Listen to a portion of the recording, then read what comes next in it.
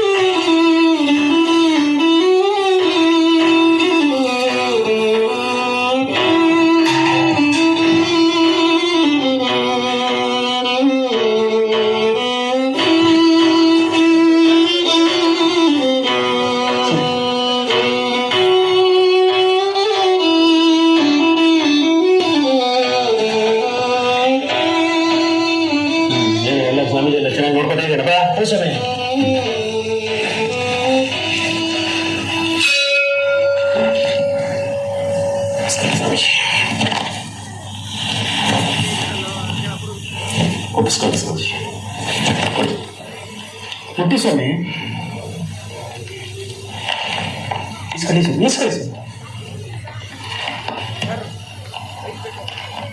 ಸ್ವಾಮಿ ನಮ್ಮೂರಿಗೆ ಬಂದು ತುಂಬಾ ಸಂತೋಷ. ತಾವು ನಮ್ಮೂರಲ್ಲೇ ಇದ್ಕೊಂಡಿದ್ರೆ ನಮ್ಗೆಲ್ಲ ಮಾರ್ಗದರ್ಶನ ನೀಡಬೇಕು ಅಂತ ನಾನು ಕೇಳ್ಕೊಳ್ತೀನಿ. ನಿಮ್ಗೆ ಏನೇನ್ ಬೇಕೋ ಎಲ್ಲಾ ಸೌಕರ್ಯ ನಾವು ಮಾಡ್ಕೊಡ್ತೀವಿ. ನಿಮ್ ಸೇವೆಗೋಸ್ಕರ ನಮ್ಮ ಶಿಷ್ಯ ನಿಮ್ ಜೊತೆ ಇರ್ತಾನೆ. ನೀವು ಯಾವ ರೀತಿ ಬೇಕಾದ್ರೆ ಯಾವ್ದಕ್ ಬೇಕಾದ್ರೂ ಉಪಯೋಗಿಸ್ಕೋಬಹುದು. ನೀವು ತಾವು ಇಲ್ಲೇ ಇರ್ಬೇಕು ಅಂತ ನಾವು ಕೇಳ್ಕೊತೀವಿ ಸ್ವಾಮೀಜಿ. ನಮಸ್ಕಾರ.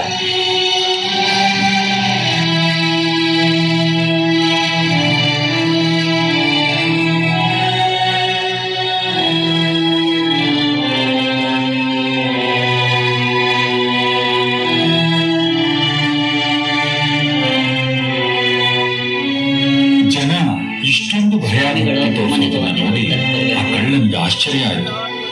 ನಾನು ನಿಜವಾದ ಸಾಧು ಅಲ್ಲ, ಆದ್ರೂ ಜನ ನನಗೆ ಇಷ್ಟೊಂದು ಭಕ್ತಿ ತೋರಿಸ್ತಾ ಇದ್ದಾರೆ. ಇನ್ನು ನಾನು ನಿಜವಾದ ಸಾಧುನೇ ಆದ್ರೆ ಖಂಡಿತ ನನಗೆ ಭಗವಂತನೇ ಸಿಗ್ತಾನೆ. ಇದರಲ್ಲಿ ಯಾವ ಸಂದೇಹನೂ ಇಲ್ಲ. ಛೇ, ಈ ಮೋಸದ ಬಾಳು ಸರಿಯಲ್ಲ. ಸರಿಯಾದ ದಾರಿಯಲ್ಲಿ ಸಾಗಬೇಕು ಅಂತ ನಿರ್ಧರಿಸ್ತಾನೆ.